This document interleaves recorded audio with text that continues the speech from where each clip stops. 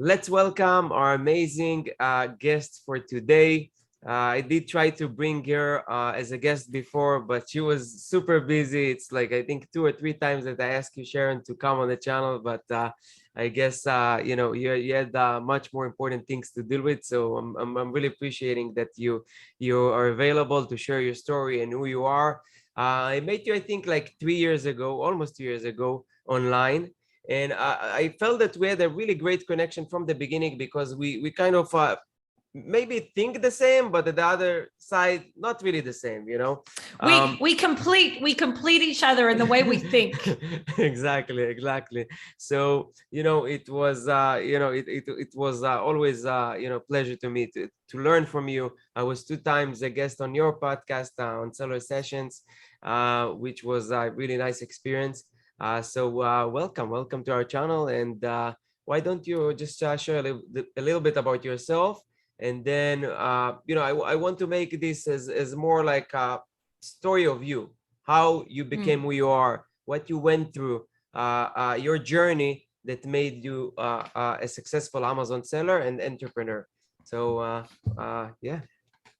So first of all, thank you so much for having me. I love your channel. I've known you even before you had your channel, and you told me you were going to do to make this channel, and look how far it's come in such a small amount of time. So well done, and thank you for having me. Second of all, if anyone doesn't know me, my name is Sharon Expand, and I am an Amazon seller first before anything else. I'm a brand builder. And I also have my own YouTube channel, and I'm also I have my own, well, it's not my podcast, it's Danny McMillan's podcast, but I'm a co-host on the Seller Sessions podcast. And Tom Ayer was one of my very first guests when I started, and he's come back again, and I'll probably have you back again soon now that you've exited as well to tell us all about it. So that's me in a nutshell. Don't share that I exit. It's a secret. It's a secret I didn't know. No, just kidding. I actually had the live, if you remember. I posted this on the group. But, that's right. That's right. It's gonna be nice to for the people that listen to the first and second time that I was guest, like how was the experience. So yeah, I'm really waiting to share this experience with you. Yes, you have a great channel. People that watching my channel know that I mentioned a lot of times because you are one of the first resources when a new update, a new algorithm, or something new in Amazon comes out. You're the first one to kind of share it. So a lot of times I just give you credit, and people know about you and about your channel. And even people that I'm less focusing on coaching and like kind of mentoring people due to other things that I'm working on. My focus is not really on coaching, so I try to transfer them to you. You're someone I trust. I know that you get really amazing results with people, and I think that it's also part of your personality. You like to help people, and you teach in a very good way that providing value. But how you even got into this, like e-commerce, online, where you grew up, your accent? We are both Israelis. But you don't sound like an Israeli, your accent. Yeah, you're more Israeli than me. Sure. Wow. So my story is a long one. So good luck to everyone. But I do encourage everyone to watch it until the very end, because there's a lot of failures and successes that I've gone through. So I first started selling online when I was 15. But before that, we'll start. So my parents are Israeli, and they moved to New Zealand before I was born. And I was born in New Zealand, and my brother and sister as well. My brother he's passed away, hence why I said was, disabled. So he was a special needs. And my father had a really big jewelry factory in New Zealand. So really? I grew up, he had a really big jewelry factory, and he actually also had another company, which was retail stores, called Little Israel Limited, where he would import stuff from Israel and sell them in stores. Didn't go that well, but that's when he started the jewelry factory. Yeah. And it was an amazing experience as a child. So I used to work on the weekends in the factory. I can't remember the process of what I'm about to say, of what it's called. It'll come to me soon. But basically, it was I'm talking to you about like 17, 18, even 20 years ago, when piercings were like just started being a real thing. So I would like take belly rings, and they would be metal, and then I'd put them in that little water that helps them to change the color. So yeah, that's what I would do on the weekends. My father. What age was when you did this? Like, I think I was like 10. I was paid $2 an hour, New Zealand dollars. And I think I was 10. I did it for about 2 years, every single weekend. And then by the age of 12, I sort of became a little shit. And then my dad fired me. So yeah. It's funny. I'm interrupting you, but it's funny. I hear that this is something common to a lot of entrepreneurs. Like something in their childhood, like they absorbed. They were surrounded by by entrepreneurs or business somehow. So it's not something that I knew, and it's nice to know. Maybe when you grew up, you did this work. You kind of got into those new ideas, but do you think that helped you become like have this fire or something with entrepreneurship? Soon I'll explain a little bit more. So there's many things. I definitely think that being surrounded in a factory. So this is New Zealand. New Zealand's a very diverse country. So a lot of like Koreans and Chinese and Vietnamese people there. Most of the workers there were what I just said. This is back in the days before computers were really a thing. So if a big order came through, like my dad, like it would be faxed, right? And they would fax through to like Vietnam and things like that. Yeah.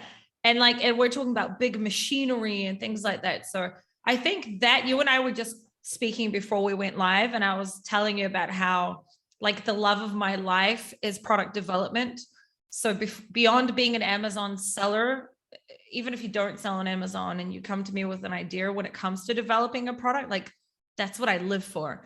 And I think that side of it comes from growing up with being so involved in a factory environment. But beyond that, my father was very strict with me. So because my parents spoke to me Hebrew at home, but I spoke English outside, my dad used to always say to me that my language would be messed up because if I don't, because when you live in a bilingual home, you can sometimes, either not have good enough Hebrew or not have good enough English, for example. So he would force me to learn 2 new words from the dictionary every single day. I'd have in English. I would have a worksheet that I would have to fill out, like a new word every single day. He would test me every single Saturday and ask me, what does this word mean? What does this word mean? Etc.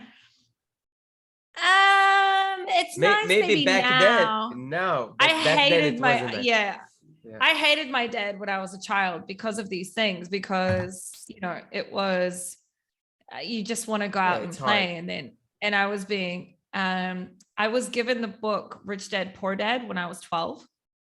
Wow, I was given the same age. I read it's the same age I got this book from my brother. That's so funny.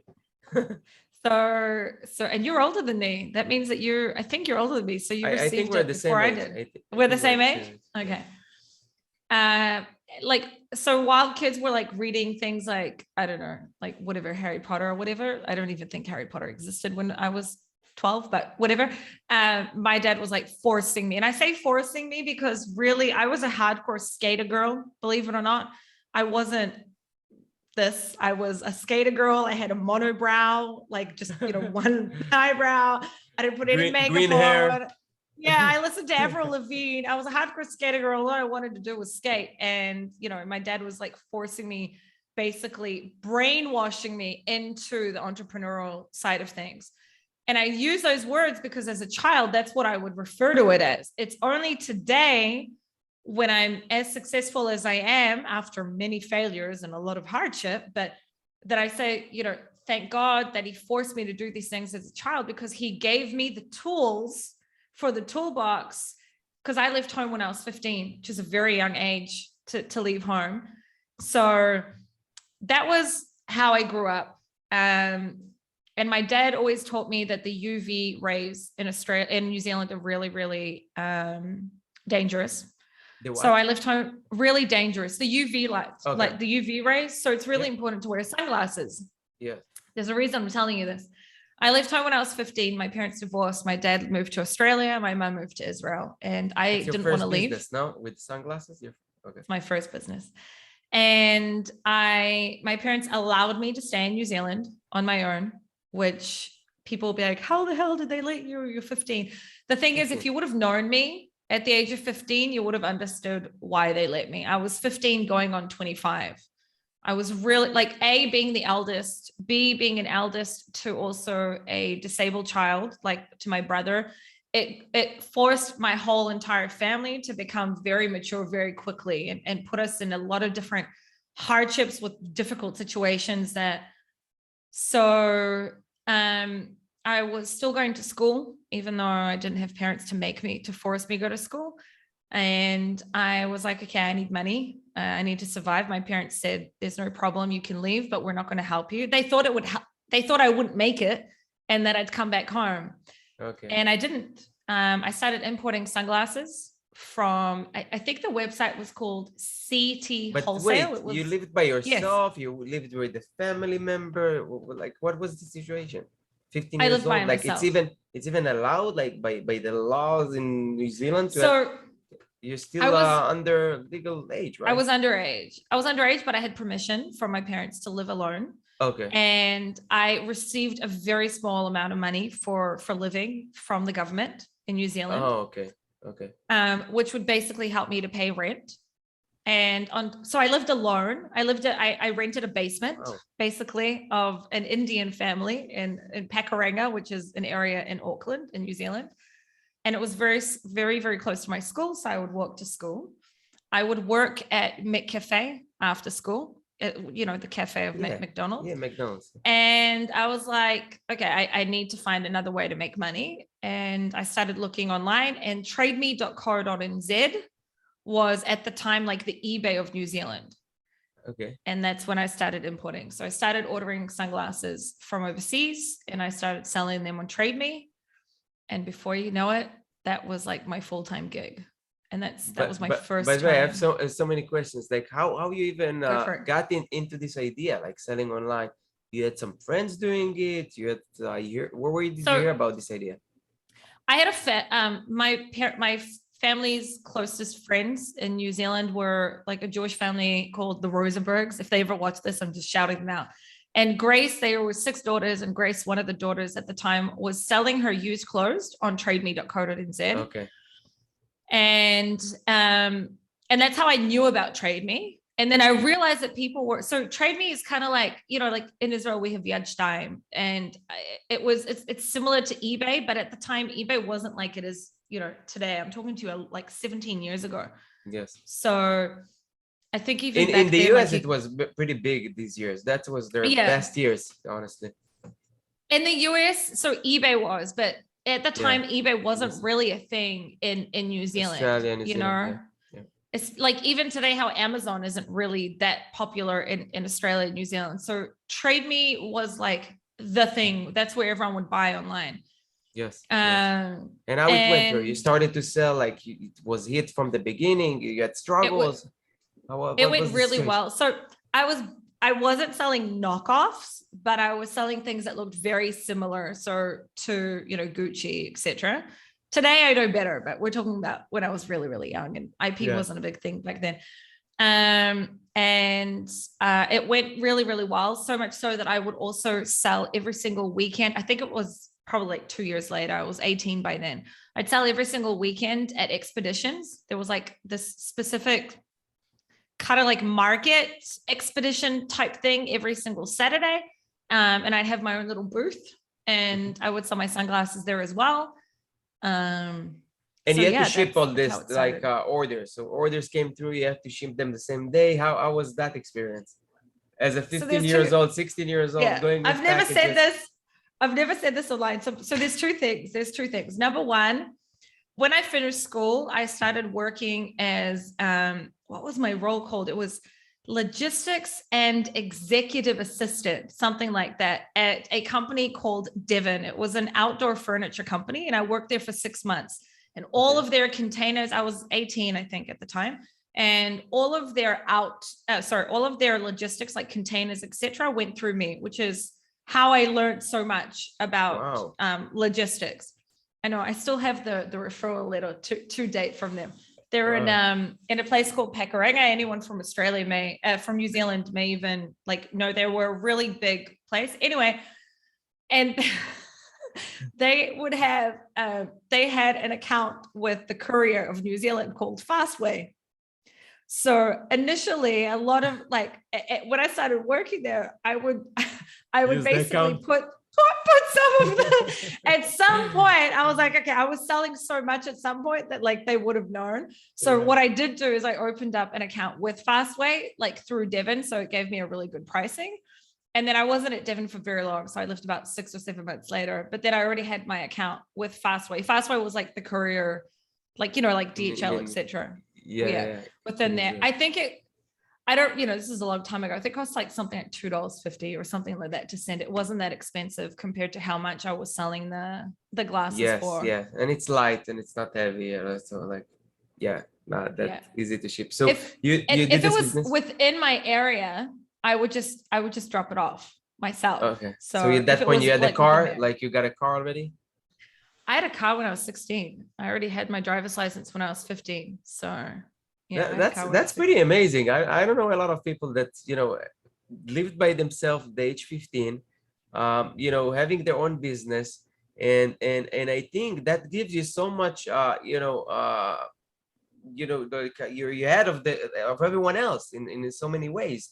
And whenever you have some struggle or problem, you can always remind yourself, I lived by myself at the age 15 and I had a business. So I feel it's giving you like a lot of power, motivation, or ways to deal with struggles and hardships, like you said. But what do you think about it? It's funny that you're saying this. So I was just in London, and it was the first time since I've been married to my husband, I've been with him for 10 years. And it's the first time that I was supposed to fly alone. Okay.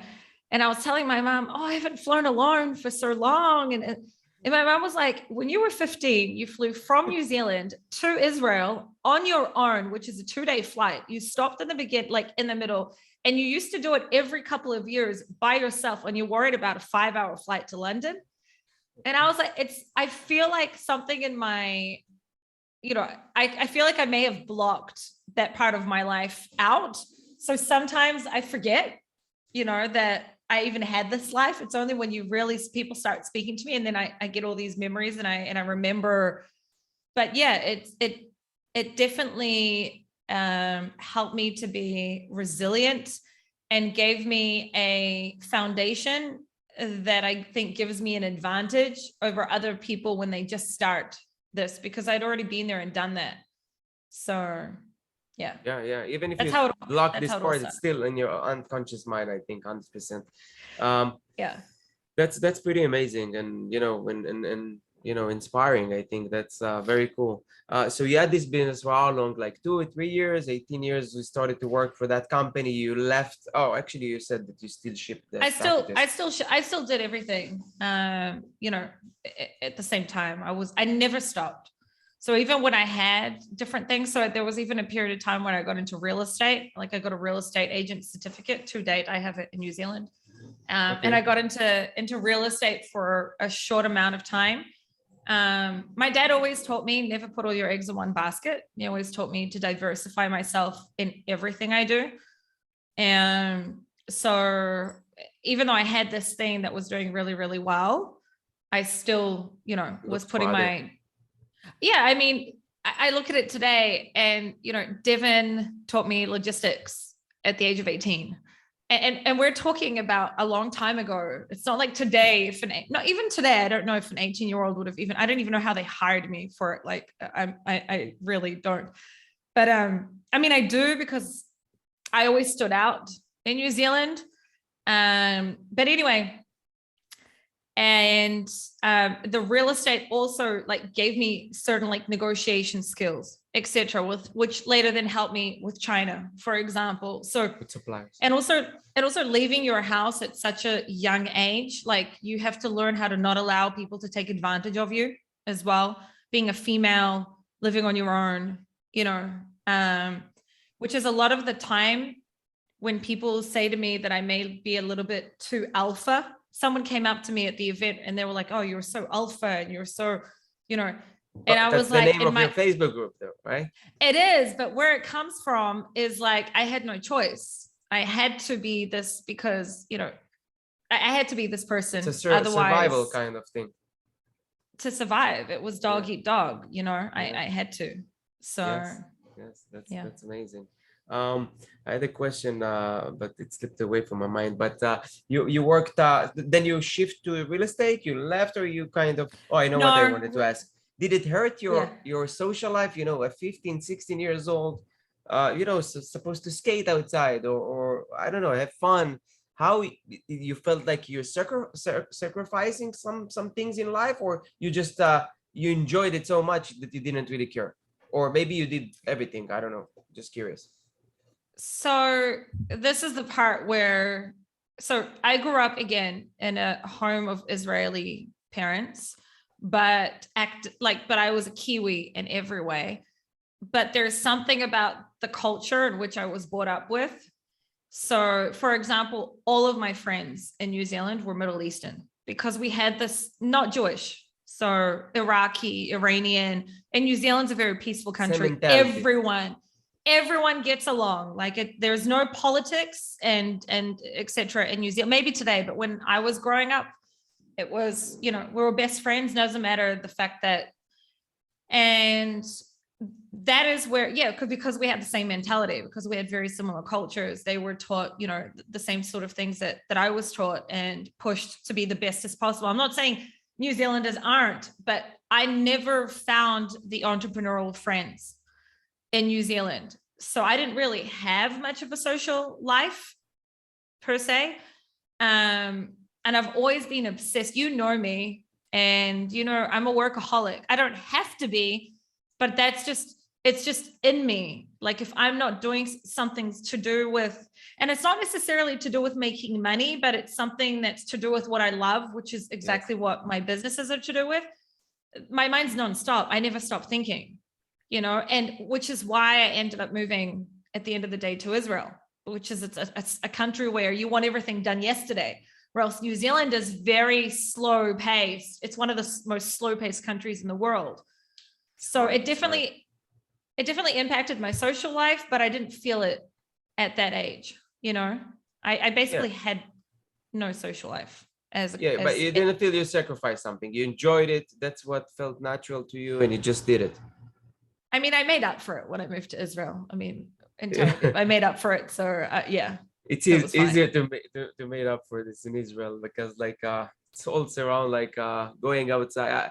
It's hard. That's something that actually I moved to the States so I can stay away from that. That was distractions for me. All the friends, family, going out. I feel when I go to Israel, I'm getting sucked into it. And here I have my own routine and my own like everything in my terms. So that's why I like it now. Maybe in the future I come back. I don't know. Never so say you never, were you know? So you were like the opposite of, because if you think about it, in New Zealand, all I had was my mom, my dad, Sean, my brother, and Sky, my sister. And that's it. I didn't have grandparents in New Zealand. I didn't have aunties and uncles. Like I did have my dad's sister, which is my auntie who eventually moved to Australia, but I didn't have the family that you're speaking about. And because I didn't really have that many friends, so it was the opposite. And that's why when I moved here, I was like, wow, having family with like 20 people around the table, never done this before type of thing, you know? I get it. It makes sense, a lot of sense. Like you want the opposite things in life that maybe, you know, you didn't experience or had. So yeah, it makes sense. So you know, you sold there, you sold the sunglasses. Did you expand? Did you have your own store? You know, what was so next? I started selling on eBay.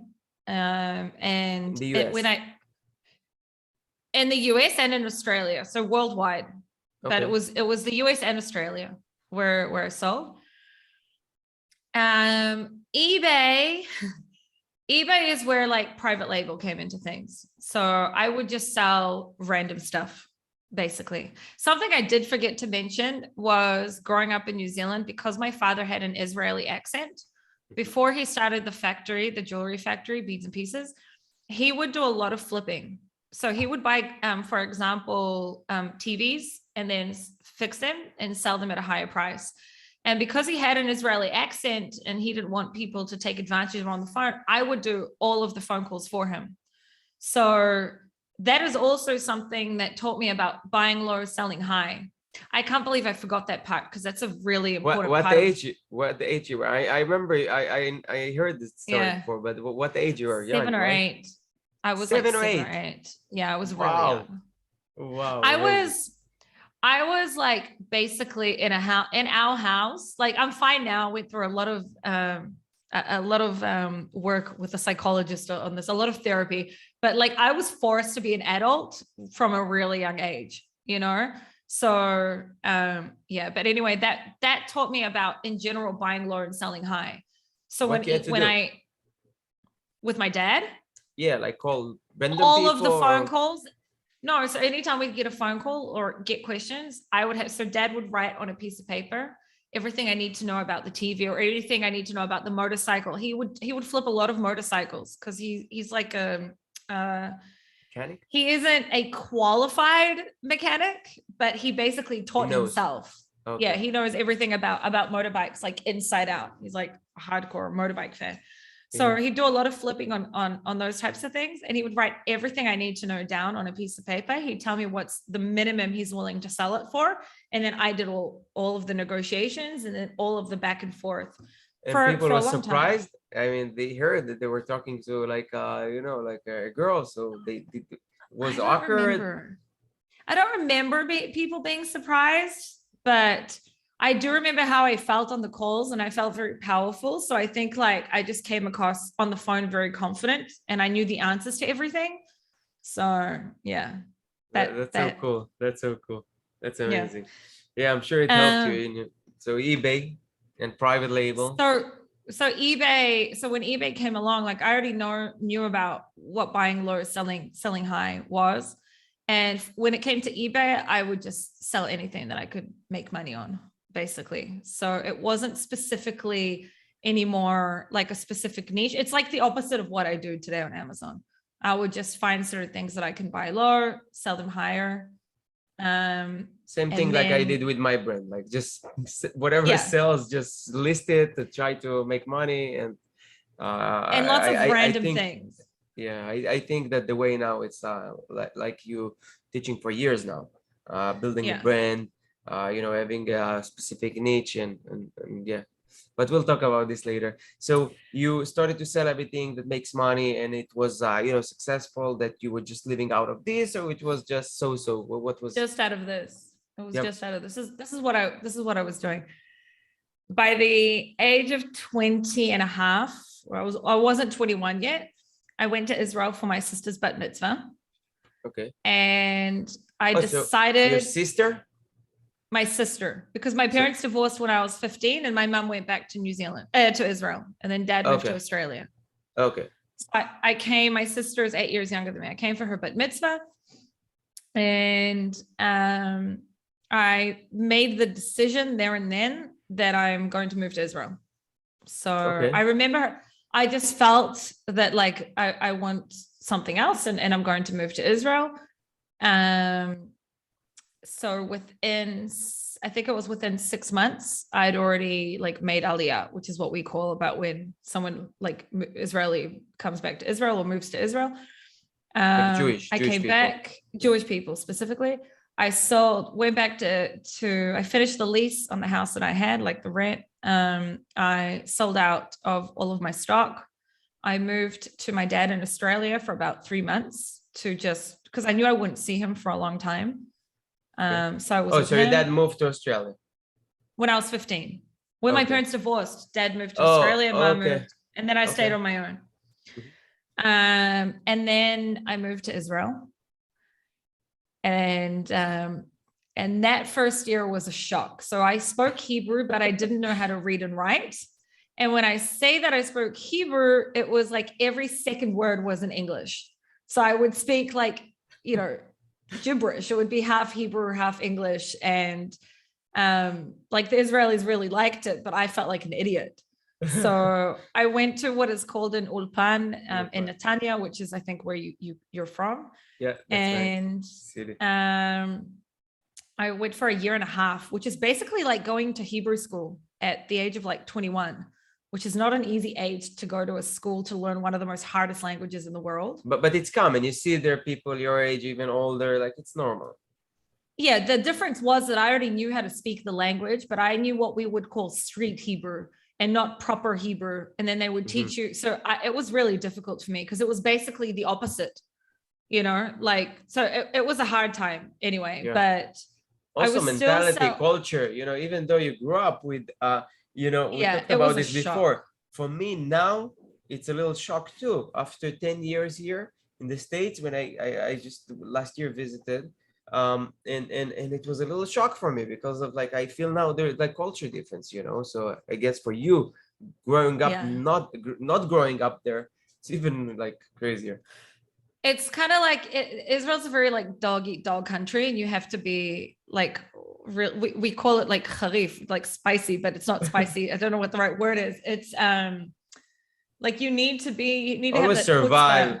Always survival like mentality. Take things. You can just wait for things to come to you because you left with nothing.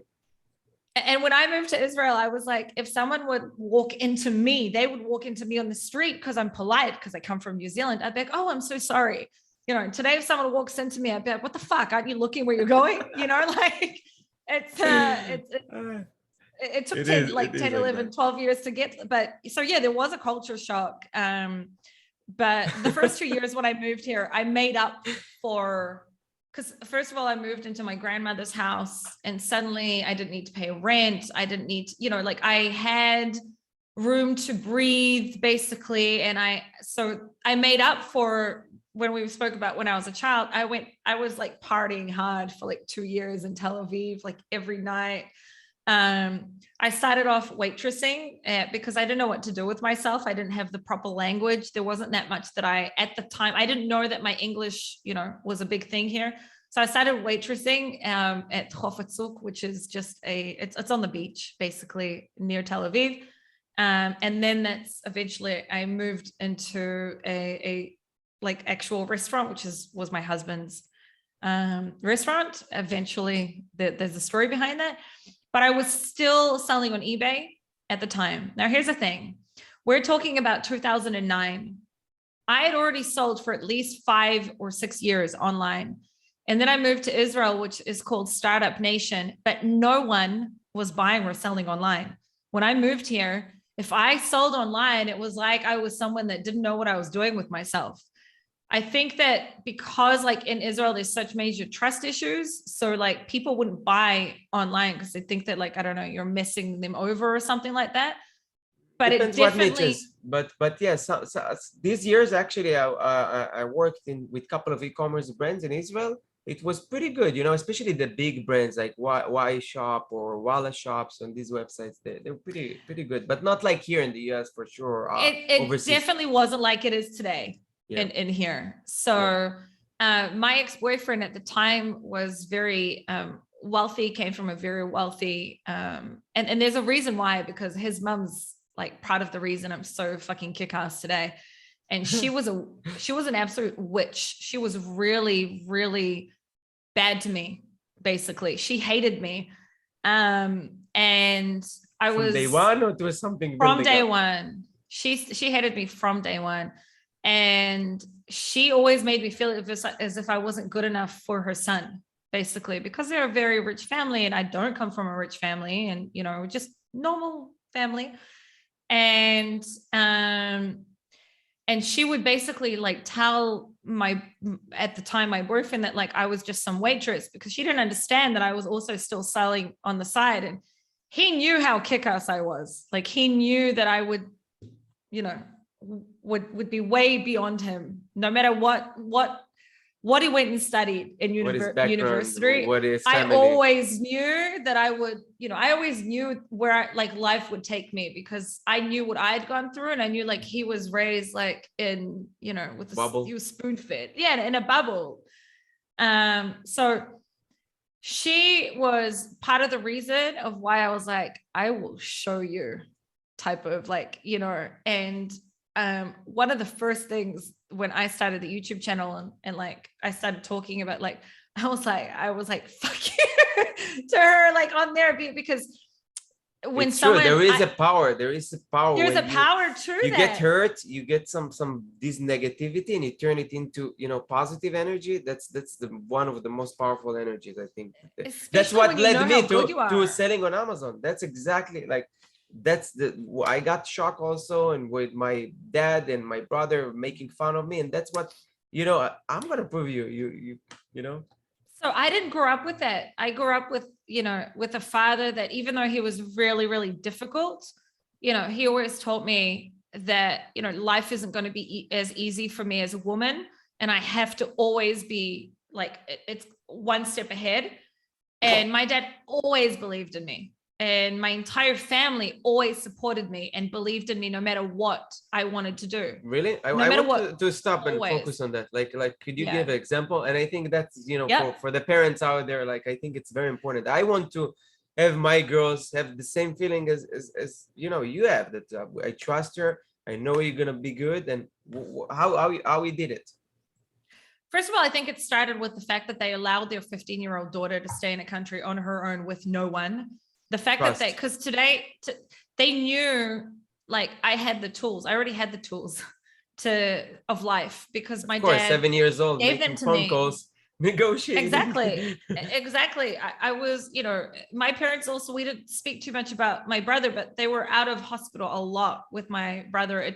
Until he was 5, we didn't know what he had. His syndrome was so rare in the world that like there were hardly anyone could diagnose what he had. So there was a lot of, which forced me to already be the elder sister to then my little sister. And so I already had anyway all of this amazing toolbox that I just think my parents just knew that I was kick-ass, basically, like not being in love with myself, just knowing I was capable. I was a survivor. I was, an alpha from day one, and it's not just that, it's even my granddad. Like my granddad was raised the total opposite of me, which is, he's a good little accountant and you always work for someone else. He has zero risk tolerance.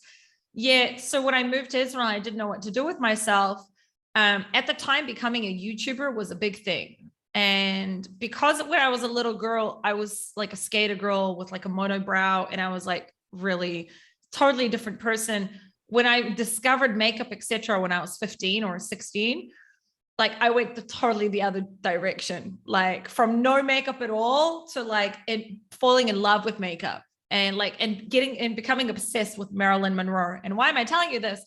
Because at the time, we're talking about, I think 12 years ago or 10 years ago, I wanted to become a YouTuber for makeup. So there was a really well-known makeup artist in New Zealand called Sharon Expand, and she had started her YouTube channel like 2 years prior. She had over 1 million followers, and this is 10 years ago. Yes, that's like 20 it's not the same today. as today. And I was like, if she can do it, I can do it. Like that was always my mentality. If she can do it, I can do it. If this person can do it, I can do it. If someone else did it, why I can do it? Yeah, exactly. I went and I actually went to one of the biggest makeup schools in Israel because I thought I needed to learn that in order to actually do it. Yeah. Well, yeah, to become like I'd always been good. I'd always been good at like teaching and giving people advice and things like that. And at that time, I thought that it was going to be makeup. Like I thought that, and again, this is 10 years ago. And my family could have been like, you'll never make it. My grandparent, like my granddad, my mom, they were like, do it. My granddad even paid for me to go to Mickey Buganim, to go to like the makeup school I went to. And like, I don't take that for granted. Not everyone has that type of support system. you know? And even my dad, when I'd speak to him on the phone, he was like, do it, do it, do it. Now, why did I not end up doing it? I didn't end up doing it because at the time, I didn't think I had thick enough skin for YouTube. You have to have really thick skin, especially when it comes to being with no makeup and then putting your like the whole thing. And I didn't know if I would be able to handle the bad comments because they always come along. So I chickened out and I didn't end up doing it. Although it was like my dream to do it. I really, really wanted to do it, but I didn't. What about now? Maybe you're gonna still make your dream come true. No, well, I did. I made my dream come true in something else. So I still, it's not that it was a dream, but I did want to impact people, and I am today. Okay. And okay. I just, so it's not just specifically to makeup, like the YouTube thing, helping others, which you do with your YouTube, with your Facebook. You help thousands of people, if not more. So, fast forward a couple of years forward, I left my ex-boyfriend. I started dating my boss, which was my husband. Now today is my husband. At the same restaurant that you always worked at? Yep. So I was working at the restaurant, still selling on the side, met my husband. Like I was already working for him for 2 years. He had his girlfriend, I had my boyfriend. There was never like a thing. And then suddenly he broke up with his girlfriend 6 months before I did with mine. And then somehow it just happened. And this is where I'll start blushing. So my husband is basically like the biggest support system. Even though my family is a support system, to find a partner that supports every single thing. And here's why. In the first 2 months when we started dating, X Factor had just come to Israel. Okay. Now I have a tattoo here of this. I have an amazing voice, and I really wanted to be a singer. You didn't know this about me. Ooh, yes. wow. And X Factor had just come to Israel. I went to the auditions before they were in like the big stadium. They were doing underground, basically. Before X Factor, they had the Kochav Nolad, which is like the Israeli version of it. Yeah, right? It's I forgot the English version of it. American Idol or Australian Idol, New Zealand. It's like Israel Idol. But X Factor had just come here. But before they did the big auditions in like the Nokia Stadium, it was underground, basically. Like you had to be invited to it. And I will never forget this. We only started dating, and my husband asked, "Well, what happens if you win?" And that's not to be taken for granted. We only just started dating. I know, yes, I was a good singer, but I would have been against Eden Ben Zaken, which is like now one of the biggest singers in Israel, if I would have gone that year. But the fact that my husband actually believed that I could win just says a lot, because it just shows how much 100%. He believed in me. 100%. And I will never, I even remember where we were sitting on the couch when he said that. And I was like, this man, like, you know, this is my husband. You need him. It's not to be taken for granted that he even said that. And it may sound so little to other people, but it was such a huge thing to me. I was like, I can't believe that you actually believe that I could win. Like, you really, really believe in me. And I wanted and to you went to the auditions, and I went to the auditions and I lost my voice. So my voice when I was singing was crackly. Like my voice is also not the same now, by the way, because I just came back from London and I was hosting the event. So I lose my voice very easily. And my voice was crackly. Wow. And then I could have made it through to the next, but I didn't fight for it. So it didn't work. Yeah. But my husband like thought that I could win. And that's the point here. I can't remember how much time passed, but I really wanted to have, so at the time, Rock Glam and I forgot what the name is now, another well-known Israel, like Ladila and another one that I've forgotten. There were up and coming clothing stores, online clothing stores in Israel that were like starting up. Now, obviously I didn't know that the Rock Glam girls, their father was like best friends with like Bara Fa'ali, which is one of the biggest models in Israel. And like, that's why they had such great success with their clothing store and a few others. Adika is the other one. So they had just started. Adika went through a huge exit. I think it was like a couple of years ago of millions and millions of shekels or dollars, whatever. And I started my first online store in Israel, and it So was called those, though, I'm Lionessa. not aware of those brands. Those are brands for clothing, you said? That kind of Clothing inspired you to do online. something like that online? It's not that they inspired me. It's more that like fashion was always a thing for me, and I'd already known. I knew exactly how to find suppliers. I'd already known exactly how to do it, and I wanted to start an online clothing store in Israel because I could see that e-commerce was starting to like get better here. Okay. Probably about 6 or 7 years ago. And Adika was probably the biggest online clothing store at the time. This is where product like competitor research comes in. And I did so much competitor research, like inside out. I just didn't know that like the owners of these were like big people, you know, like, or there Okay. were small people who knew big people. Or Cause I more was like, connected. fuck it. I don't need connections. I know how to find those. Like that's always been.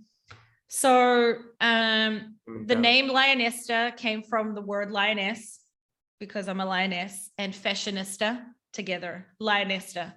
Okay. And I started the online clothing store. It was very different from anything I've ever done. For Israeli audience. For Israel, Israelis. for Israel, yep. And why was it very different? And I will never do clothing again in my life because I didn't know the amount of return rates that you get. People try things on. Like I didn't know that yet. And also the amount of like every single size that you need to have. And these are things that I would learn as I go. I didn't get everything from China. I would also go every single week in Tel Aviv in Israel. I've just forgotten the street now where but there's another name to it, but there's like a specific market street where you can buy like in bulk different types of clothing. So part of the clothing would also come from there. In South Tel Aviv? South Tel Aviv? Yeah, South Tel Aviv. I'd go with Dudi, my husband. Anyway, that year, Sean, my brother, passed away, and I also had a late miscarriage. So this is 2015. And like when that happened, basically like Lionessa just died. Like it just died. It was just terrible. And it was probably one of the it was the hardest years like of my life. We went through like different also treatments to get pregnant. So I also had it was just so much shit in 1 year. I was in a really bad place. Yeah. Really, really bad places. Like there were certain areas where I just didn't want to wake up the next day. You know, it was just like there was Everything nothing like to live black. for. Yeah. Everything was black. There was nothing good. And I say that for anyone who may be going through something similar because, you know, thank God that I didn't give up. You know, it was the year later that I discovered Amazon. So that was 2016. How you discovered Amazon? So we had a family friend of my husband's who needed money. Basically, he came to us. He pitched an idea to us of selling. So he would export silan, like date syrup. syrup, Yeah. date syrup from Israel and sell it on Amazon. And it was going really, really well. And he needed basically like money to be able to buy a lot more and to make it bigger. And the reason he came to us specifically because he knew that we would say yes because we believed in e-commerce, and everyone else that he had gone to said no, because no one really in our surroundings really understood e-commerce. Or Amazon for Israel is Amazon. It's kind of like they hear about it probably, but it's not. You know, I didn't know Amazon was like a thing either. I was just like, here it was a big thing. From 2013, I moved to the States. I remember it was a shock for me because from ordering things from, I forgot this website, DX or dealexpress.com, Chinese, you get it after AliExpress?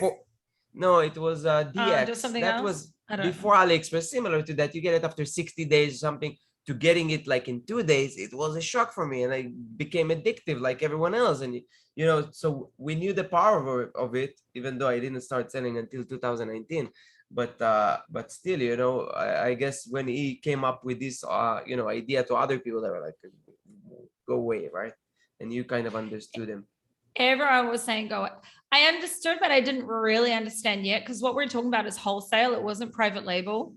Okay. But he was doing so good. We were basically silent investors. And I was like, wow, like he's making a lot of money. And what is this? And then I started doing a lot of research. And like by December, I already had my first product in Amazon that year. Also private label? I mean, also wholesale or private label? Private. No, my own. We just did our own account, own private label account. We started with one product, slowly started adding more. It was the beauty niche. We still have that brand to date. The first brand, obviously, it was a, you know, 6 years old. And 6 years old brand. Very different from how I do things today. So this is 2016, where you could get away with, you know, typical private label. That specific brand, even though it was 2016, I still came in with a differentiation, which at the time was enough. So for that specific niche, and it's the anti-aging niche that we were speaking about before, for that specific niche, all of the competitors' branding, so their actual branding, because of my history, I understood branding and how like having a brand personality and these things were important. I'm not going to say that I was some expert, but I understood it well enough because I'd been doing it my entire life. Yeah. But I'm sorry to interrupt. Did you learn this from someone? Like, did you take a course back then? There was like, how did you even find it? It's not like today you have so much information. You have a YouTube channel. They like groups. It wasn't like that before, right? So when I started myself, so I started on my own initially, like my husband hadn't been a part of it. When I started, we didn't do anything. There was no course or anything like that. But when my husband joined, which was about 2017 or 18, we actually took, when I say we, I went with him for the sake of like doing it together with him. It's actually subsidized by the government in Israel, by Ma'of. And it was just a very typical course, just so my husband could understand like this world that he hadn't really been a part of. I didn't always go, but like that's the course that I sent him to take. It was a good foundation for him, like a baseline, but let's just say I still had to teach him everything really in depth when it came into sourcing and things like that. Best school is actually like doing stuff, right? Actually doing it.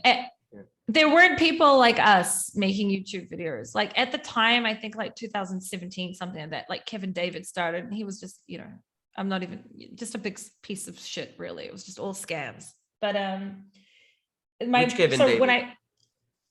Not Kevin King, Kevin David. Oh, okay. Kevin David, the you know, people probably would probably know. He's got like 1 million followers.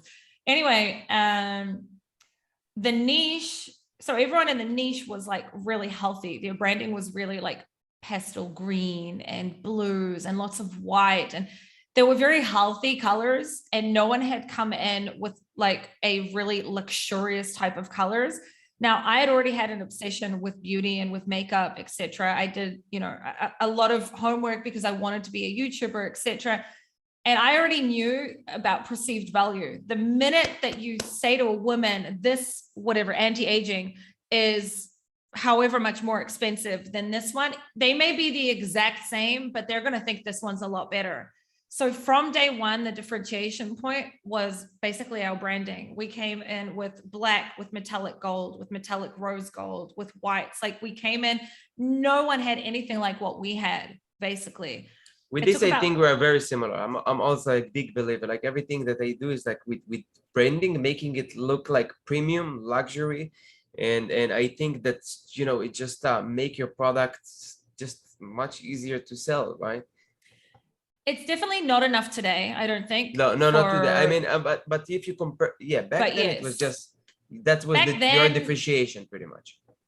I wouldn't like if someone tried to come into our niche today and like that was a differentiation, they wouldn't like that's not enough. You need a lot more features, unique exactly.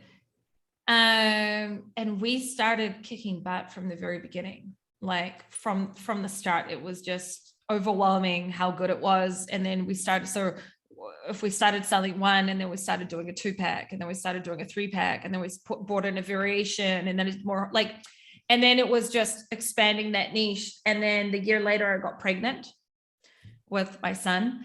And actually it was 2000. It was late 2016 that I got pregnant. To early 2017, I like already knew that I was pregnant, etc. And after giving birth, did it hurt your business? No, not at all. Yeah. No, it didn't hurt out. It didn't hurt my business at all because, you know, I didn't really have much else to do just because I was pregnant. You know, I wasn't disabled or anything, and it was a healthy pregnancy. So no, it didn't. Yeah. And when I'd given birth, I had like gone through some things which led me into the next niche. So I'd got like some mummy thing, postpartum things that women go through that, you know, I won't say here live, but it then opened my eyes up to a totally different niche, which is postpartum products that women need. And that was when I started our second niche. And it was, really awesome as well. It's funny. I think the best products that,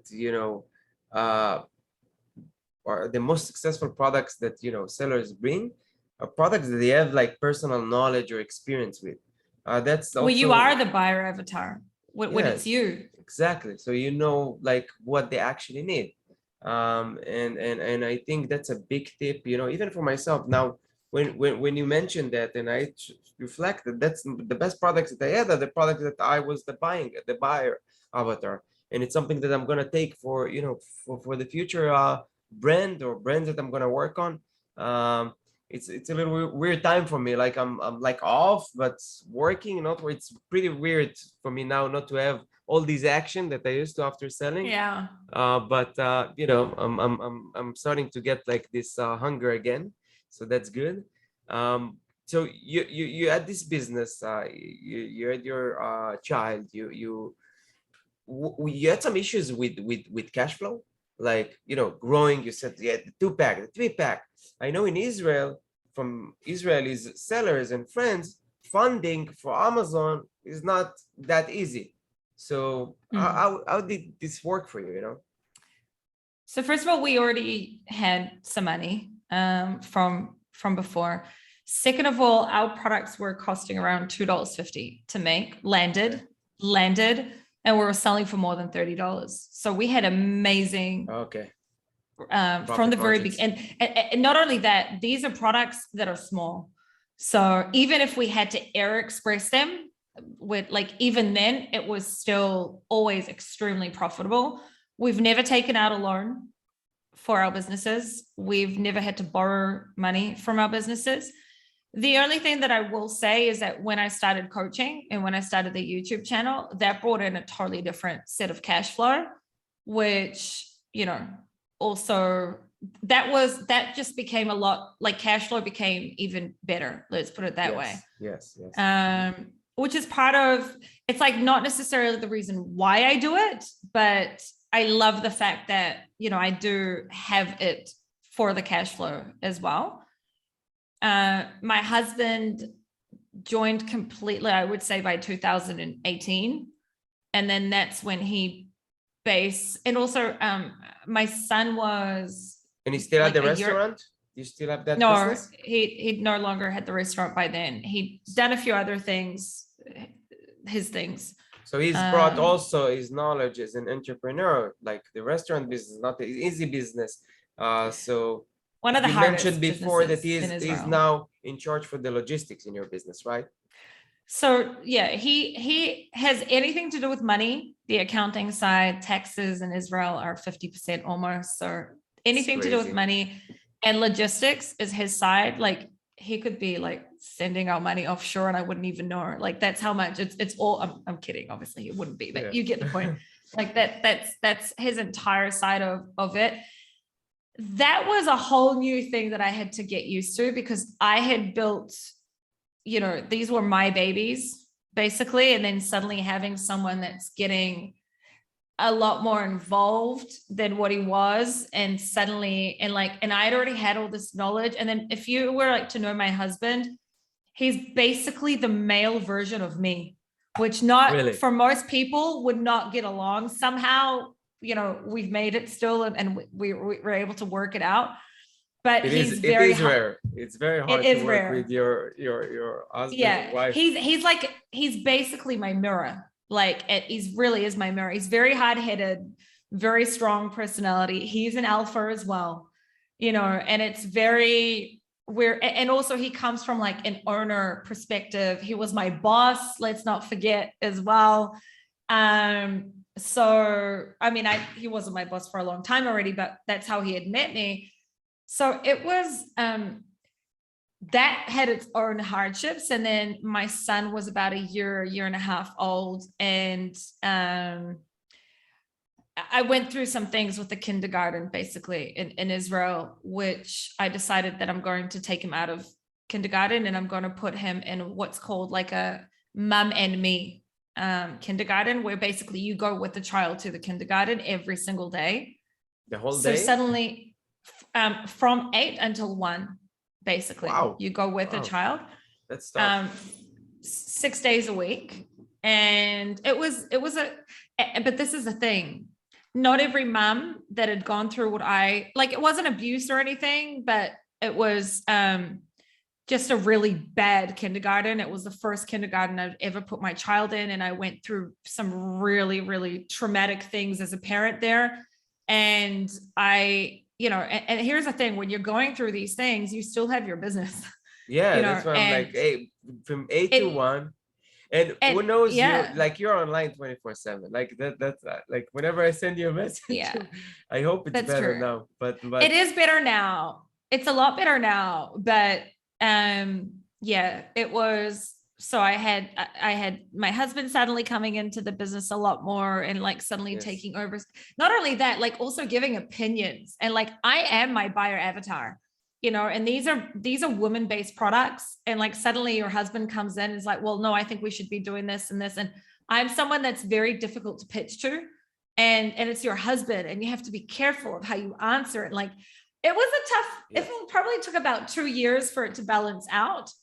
And then on top of that, now I was also a full-time mom, basically, with, as well. There's a difference between the first year you're a parent, this, of your child, until when they're over the age of 1. Once they get over the age of 1, they start walking and they are more independent. They need a lot more attention though, as well. All of a sudden, especially at the age of like 3 or 4, suddenly they're talking to you. Like you can't just open up the TV and be like, hey, watch TV, like I could for the first year, more or less. I'm not saying that's what I did, but you get my point. If I needed to write an email, turn on the TV, put them on the rocking chair, watch TV for half an hour, let me write this email, or let me argue with the supplier, or let me do what it is that I need to do. If I need to wake up in the middle of the night because I've got a hijacker and I'm like about to die and I've got a heart attack, that was a tough thing in its own. We had to set boundaries like in the relationship, because here's the thing, once your partner is your husband or wife are your business partners, there's no more like normal dates. You go on a date and you're like, and you start talking about business.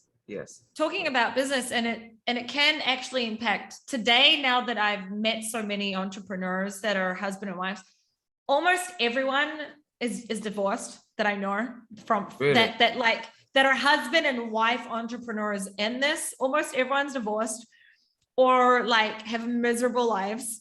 And I didn't want to be like that. And at some point, I'll never forget this. At some point, we went to marriage counseling, and the marriage counselor said to me, if you continue this way, which was basically being very hard-headed, I know what's right. This is what we need to do. This is my baby. You're taking over. The marriage counselor said, if you continue this way, you're going to be rich, but divorced. Yes. And you need to decide. And that's when I was like, okay, I need to let my husband make mistakes. He needs to learn on his own. Like I need to. And then I took a step back. And then in 2019 is when I started my YouTube channel and the coaching. The coaching came sometime like after, but suddenly I now had my new baby. But only the thing is that my new baby is my face and no one can take it away from me. Like I couldn't have suddenly, my husband couldn't suddenly decide that he's coming in and like, so it was mine, all mine. No one could, it was just me. You still had your independence within like Amazon. You could do something from A to Z. And also like I can use like my creativity to the full. I don't need to get a second opinion from any, like it was just, so that ticked the box for that thing that I suddenly didn't have anymore, because, and also brought in a whole new side of things on a cash flow level as well. I didn't know that it would go that way, but it did as well. And that's How my was the really YouTube long experience? Like, story. you started YouTube, did it pick up right away? Like, the success that you had with YouTube surprised you? Share a little bit about that journey. Like, So the first year of YouTube was in 2019. So COVID hadn't started yet. And I was one of the very few at the time that were really straightforward. You know, if you watch one of my very first videos, I was like, this is not passive income.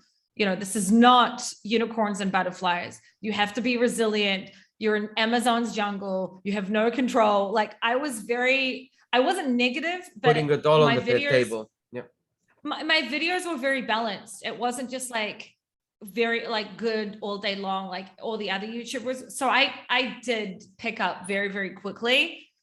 The thing is that, so during COVID, I met Ken Golzari, and we became really, really good friends. And then he introduced me to Danny. Before I joined Seller Sessions podcast, I was on Seller Sessions as a guest like 15 times in 1 year. And during that year, suddenly I blew up. Like, everyone wanted me in their events, and it was like I was like on a high. I was like, oh my God, I'm like a celebrity. You know, I was like that little girl that wanted to be the YouTuber.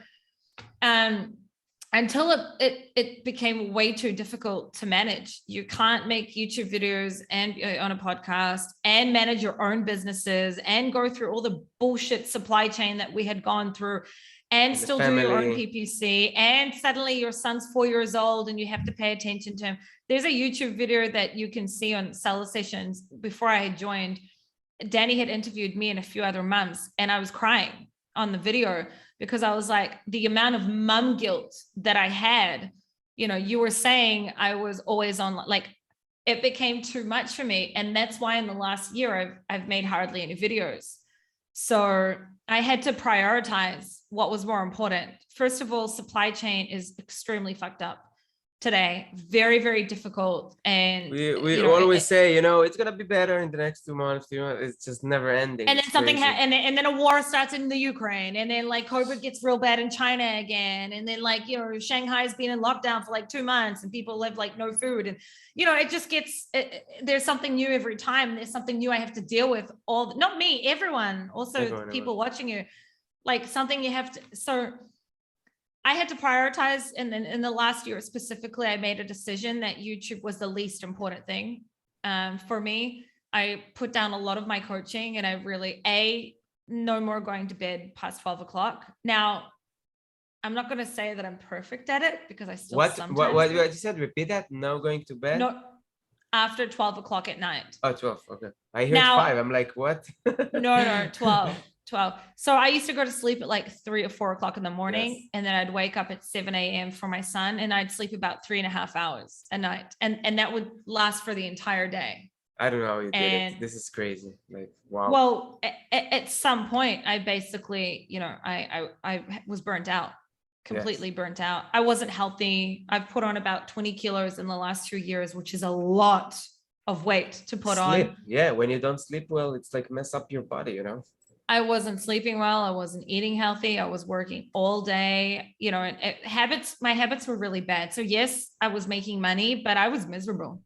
Like I was really, and I had to stop and I say, okay, like something's going to crash. It'll either be me. It'll either be our businesses. It'll either be like, something's going to crash, and I have to stop for a second. And I prioritized A, by my happiness, and B, by money, like what is most important. Amazon was the most important because it had so many issues because of supply chain. So that was number one. And then like YouTube was the last on the list. So I stopped, I took a break from YouTube, which is why I'm like stuck at like almost 9,000 subscribers. You would expect that I'd have like a lot more, but it's not about that for me. It's not about, you know, saying, oh, I have this amount of subscribers or anything like that. Yeah. But the high that I used to get from the first year of YouTube, it's not the same anymore. But it's also because I work so much one-on-one with sellers now. that like I'm really involved in it on the day to day, you know? So yeah, that was the YouTube side of things. So where you are now with your Amazon business, are you ever thinking about selling? What is your plans like, business wise? Um, You have like a yearly, every year you have your goals, like yeah, I'm gonna reach here yeah. and that's what I want to do. So we have looked into selling. We know what we need to do. There are certain, so I know that you like with your brand, some of the stuff that you had there was beauty, but it's not as easy to sell the products that we sell. And it's going to be harder for us to go through an exit on that side of things. And now I think that multiples multiples will have go gone down. Yeah. Multiples have gone down. It's not a must for us right now. We do hope to exit. Like, honestly, I more want to go through the exit just to say I went through an exit more than like actually going through the exit. You Why? know? Why? No, I'm kidding. Like, I'm saying that just because everyone's talking about exits, blah, blah, blah, we're not in a place where we absolutely are dying to exit right now. You know, we're doing If the really right well. offer would come, then you sell it. If the right offer was to come, we would. One of our brands specifically, which at some point it'll blow up. But instead, what we've decided to do is just put a lot more into our off Amazon presence. In the last, that's also smart. My husband's like project right now. Okay. Is to take a lot more on. I don't have time to learn in-depth Google ads. Okay. Yeah, and I just don't have, like, my thing's Amazon PPC. I'm really good at Amazon PPC. So I'll tell you what. My background is Google Ads. So for me, it was natural to do Amazon PPC because it's almost the same thing. So if you're good, and I know that you're very good with PPC, it's the same methodology, the same kind of principles. So it will be easy for you to master it, even though Google Ads going into trend of adding like everything done by them. So the trend is less manual campaigns and more like smart not just shopping, smart campaigns. You put the landing page, you put whatever the keyword is, they decide for you, which is, in my opinion, it's a horrible thing. It's not that. I still don't want to do it myself. So if it's not my husband, we'll hire someone. Like, I'm not. But the main thing that I want to focus right now is TikTok, because one of our beauty brands is so TikTok worthy and we haven't really put time into TikTok on it. And not only that, we found our products being already like, they haven't gone viral, but they have already been like, there's videos with tens of thousands of views on them. Wow. Of people of like beauty influencers using our products. For that. Yeah, it's perfect for exactly. So we have looked a lot into our off Amazon presence and being also less and less dependent on Amazon, which is like one of the most important things for me to do. Remember, I told you how my dad also always taught me to diversify. I wanted to mention this. Yeah. So especially with the way, like, the surprises that Amazon's given us in the last 2 years, randomly, hey, as of tomorrow, you can't have this and this amount of stock anymore. And as of tomorrow, we're doing they're changing things every day. Or so you have 3 days to provide us this certificate, or you have this or this certificate. Or also in 2020 on Prime Day, I made a video about it called what's it called? I can't remember now. I remember that video. The ugly side of Amazon. That's it. The ugly side of Amazon. So, we had 4 of our bestsellers taken down, and it was on Prime Day 2020. Yep. So you haven't seen this video. You don't know about this. You know about this. No, I think but repeat that. You had 4 of our bestsellers in one of our niches taken down. Like so these pesticide wars and this like flat files or that someone had uploaded through the Canadian account. They uploaded. It wasn't pesticide. It happened to me too. By the way, after that, I talked to you. You mentioned that to me, and I said I had the same thing, and I talked with this guy. It might help you. It took us about 3.5 weeks to get back up, but it was like tens of thousands of dollars missed from having that. But just things like that. So that's like the main focus, I would say, of the next like 1 to 2 years. And growing with the coaching, right? With YouTube or or having what is the plan there? Um, Doing one-on-one or maybe having a group. So the I'm sorry, but I want to yeah. share what it, since the beginning I said I'm not gonna sell course. I have this like principle. I don't know. I'm not gonna create a course. Why? Because I believe that things changing so fast, and like I don't want to update my course every like few 2 months. days. Yeah, Yeah. or weeks, so I said, you know what, I'm not gonna do anything like that. But I realized, a lot of people contacting me to do like one-on-one. I'm not I'm too busy with my actual business. I enjoy it more, and I just don't have time to do it. But I want to do like a group, like every quarter take like 5 or 6 people, something I think you do similarly, and just having like a group call every week or like up to 6 weeks with homework. And this is something I think I'm capable of. What are you doing with coaching? Are you, I guess you don't have time to do one-on-one coaching all day long, or how you deal with so many people So want to talk with you? so I do one-on-one coaching. It's one-on-one, and you know But my your time is price is. limited, right? Yeah. So there's only a certain amount of hours. I have a schedule, and that's the hours. So most of the time I'm booked out 2 weeks in advance. You need to book a call with, unless someone sends me a message that something It's urgent urgent. has happened. Okay. Okay. I will make time for them if I think that I can help them. Sometimes if I can't, I'll just send them to who can help them. I do have, so here's the thing. I've got a product research and sourcing course. Okay. It's not specifically just Amazon. Like I focus a lot on Amazon, but it's timeless principles. There is no such thing as I'll need to update it every whatever, because it's timeless. I teach you how to build a brand, basically, and it's not things like, Okay. hey, go to Black Box, find opportunity. It's not about that. It's more So about the and principles and what it takes to build a brand or source the print, like the core. how to find the right types of products, how to look for also social media worthy products, how to then source it. Sourcing and product development is like my thing. I have NNN agreements in there. I have general conditions agreements in there, all in Mandarin and in English, like from my actual Chinese lawyers. I have like the sourcing side of it. Again, it's timeless principles. The only thing that I sometimes need to update is the logistics, because that has been all over the place when it comes to supply chain. So that's the only thing. The reason I haven't made an You A to don't Z teach how to create a listing, or you don't teach how no, to you need create a that. shipping plan, those type of things. You need that. Just go to YouTube. Like that's not what you need me for. Seller Central University could be a good Seller source. Central University, my YouTube channel, your YouTube channel, whatever. Like that stuff is on YouTube for free. It's the in-depth stuff that's like what people come to me for. Now the thing is, when they then need to launch, that's when they usually will come to me one-on-one. And the reason I haven't made a PPC course or anything like that is, when I first started coaching, I thought I was a know-it-all. I thought I was a freaking genius. I got to 7 figures in my first year. I knew it all. I was a genius. And then you start coaching and you're like, I have no idea how to launch a home decor product. I don't know how to launch a supplement product. I don't know. So after 3 years of working one-on-one with hundreds of sellers, you can look at the reviews, like on my website, there's hundreds of reviews. Suddenly I don't live in my bubble anymore. And that's why it's so hard for me to make an A to Z course, because I know that there is no one way to do Amazon. There's so many different things.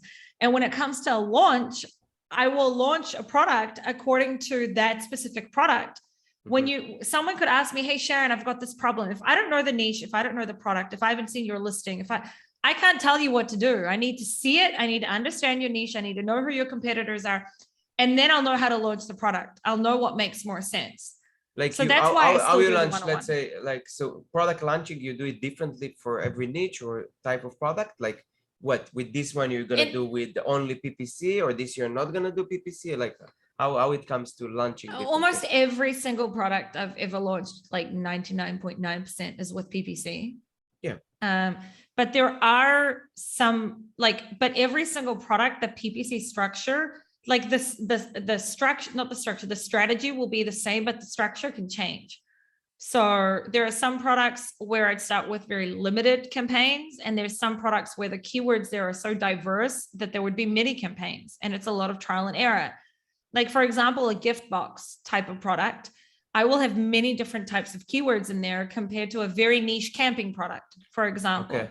Okay. And you can't know that until you actually, and that's the Yeah. thing Until that you I see the learned. results, you get a click, see the cost. Yeah. Exactly. Not just that, but that's what I learned though. Like I had someone come to me about in 2020 with 2021, Chinese New Year, 2021, came to me with an idea. And he said to me, what do you think about this? And it's a gag product for a certain type of animal. Okay. Like a funny product for a certain type of animal. And he didn't have that much money, like to do it. And I was like, look, you're a CAD technician. Why don't you 3D print it? 3D print it yourself. Go and buy a 3D printer, learn about 3D printing, put it up on Amazon as handmade initially, put it up on Etsy, get some feedback, see how it goes. And if it goes well, then you can put money into to date. His name's Stuart. To date today, he has 7 3D printers working all day long at his house, and he is his own manufacturer. Now, because my product development skills are so much just beyond a typical Amazon seller, someone can come to me with an idea and I'll find a solution for them with their specific situation. I had another client in the UK and he was like, I really want to stick just to UK. And he had a specific niche that he was interested in. And I was like, look, why don't you go buy a specific product in bulk and sell it to a very specific niche on Amazon? It's in the gardening niche. And like make different types of buyer avatars, just make like these different, and it's worked. So that's the kind of stuff that is so my answer to that is, I don't know where I'm going with this. I know it's like the opposite of me because I always have a business plan for everything. I don't 100% know what's going to look like. I'm also heavily invested in a brand that I told you about before we started recording, where like I'm building it up for exit. Like that's the most important thing. Yes. And that great takes potential for exit. This is amazing. Amazing potential. That it takes a lot of my so I do all of the product development there. I do all of the sourcing. I do all of like everything to do with that. Plus the Amazon side is on me. And I enjoy every single minute of it, every single minute of it. But that's also, so I don't know. I'm not going to make an A to Z course, that I know. I will stick to my product research and sourcing specifically. That's my thing. That's what I love. That's what I'm really good at. Sharon, do you watch TV? Do you watch TV? So my husband and I have I'm asking date this night because like I don't have time. So we have date night so I don't work Friday, Saturday, not because I'm religious or anything, like, but Shabbat Break. is Saturday. I don't work Friday, Saturday at all. And I also have every single afternoon off. So from around 2 or 3 o'clock until 6 p.m. I'm just with my son. Like, wow.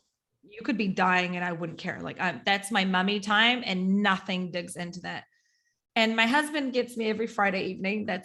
I'm 100% his. So most of the time we'll either go out and watch a movie, we'll get a babysitter, or we'll watch Netflix. But apart from that, I don't watch TV at all. Okay. Like he fell asleep last week or 2 weeks ago. He fell asleep on Friday on date night.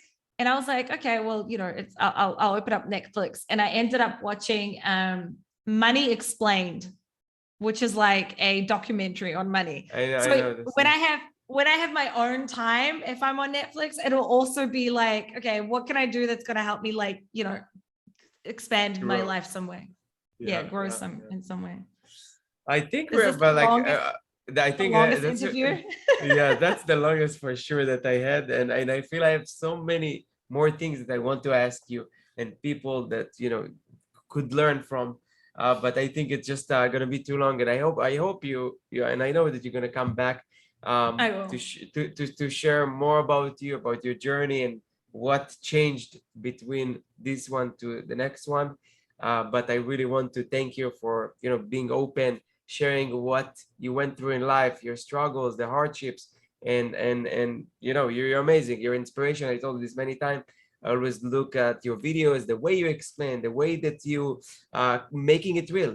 I always I think that I could get much more viewers or subscribers if I would be making it look like it's easy, but it's not. And that's the principle for me. I'm gonna make it or share it the way it is.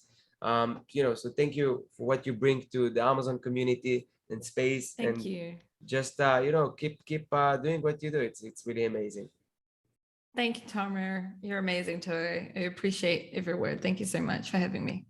You're welcome. And what's your Facebook group, or where people can find about you? So my YouTube channel is Sharon Evan, Even. My Facebook group is called Amazon FBA Alphas. And that's really it. LinkedIn, Instagram, everything's just Sharon Evan. And I'm a co-host on the Seller Sessions podcast. So Yes, the solar session, every and Thursday. you were hosting our the physical event in London, right? Yeah. Was So last week?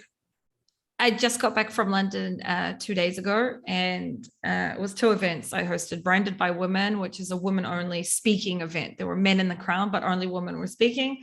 I also presented there, and also I hosted the Seller Sessions Live, which was interesting just to host. Yeah. So, yeah. And we had a few people that asked me actually in my YouTube channel comments, what is Sharon Evan Facebook group page, because I mentioned you in one of the recent changes that you made. So I'm gonna put a link. Definitely join. This is the source for like the recent updates with Amazon. This is the source for it. So join, and you will benefit for sure. And thank you, Sharon, again. I really appreciate it. Thank you. And hope to see you Appreciate in the it. future. Thank Bye you. bye. Bye, everyone.